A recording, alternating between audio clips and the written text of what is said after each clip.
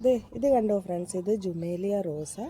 അപ്പം നിങ്ങൾ ഇത് പൂ കാണാൻ പറ്റാ, ഇത് ഒരു സ്റ്റെമ്മിൽ ഇത്രയും നിറച്ച് ബഡ്സും റോസുമാണ്.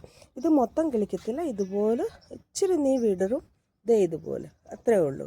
പിന്നെ പതുക്കെ അവിടെ തന്നെ അത് ഉണങ്ങും.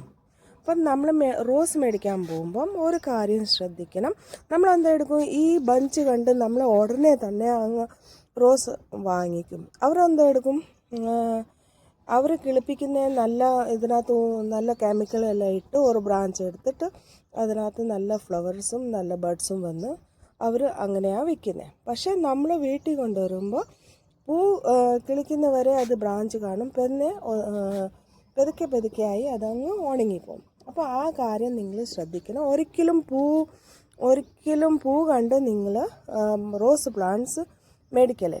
പൂ നോക്കണം, പക്ഷേ കൂടെ നിങ്ങൾ അതിൻ്റെ ബ്രാഞ്ചും അതിൻ്റെ ഇലയും അതിൻ്റെ സ്റ്റെമ്മും നോക്കണം.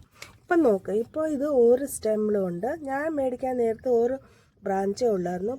പക്ഷേ ഞാനത് ശ്രദ്ധിച്ചു, അതിന് കെയർ ചെയ്തപ്പോൾ ഇപ്പം 3-4 ബ്രാഞ്ച് വന്നു. പക്ഷെ നിങ്ങൾ മേടിക്കുമ്പോൾ അത് കാര്യം ശ്രദ്ധിക്കണം.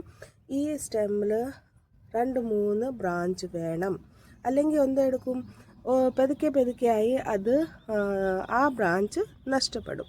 അപ്പം നിങ്ങൾ മേടിക്കാൻ നേരത്തെ 3-4 ബ്രാഞ്ച് കണ്ടാലേ വാങ്ങിക്കണം. ഒരു ബ്രാഞ്ച് ഉണ്ടെങ്കിൽ ഒരിക്കലും വാങ്ങിക്കല്ലേ. നിങ്ങൾക്ക് ഉറപ്പുണ്ടെങ്കിൽ നിങ്ങളത് ശ്രദ്ധിക്കും, നിങ്ങളത് കെയർ ചെയ്യും.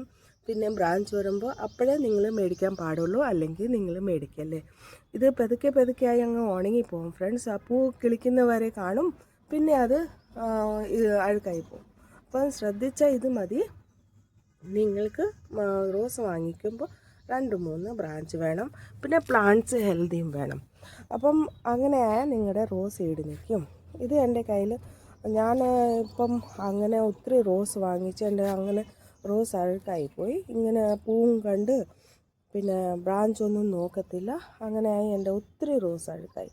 അപ്പം നിങ്ങളത് ശ്രദ്ധിച്ചാൽ മതി.